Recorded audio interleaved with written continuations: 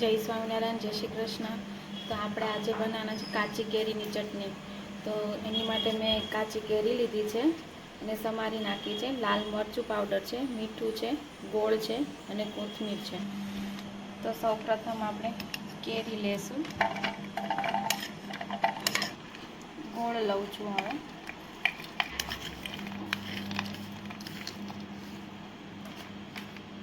મીઠું છે સ્વાદ અનુસાર।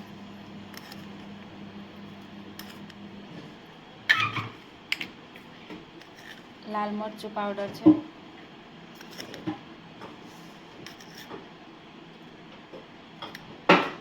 હવે આપણે ક્રશ કરી લેશું। ચટણી ક્રશ થઈ ગઈ છે। હવે આપણે બાઉલમાં સર્વ કરી લેશું।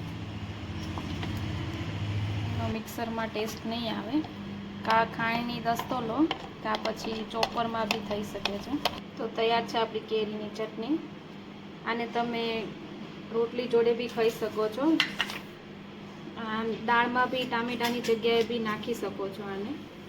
તૈયાર છે આપણી કાચી કેરીની ચટણી। જો તમને આ વિડીયો ગમે તો લાઈક, શેર અને સબસ્ક્રાઈબ કરવાનું ભૂલતા નહીં।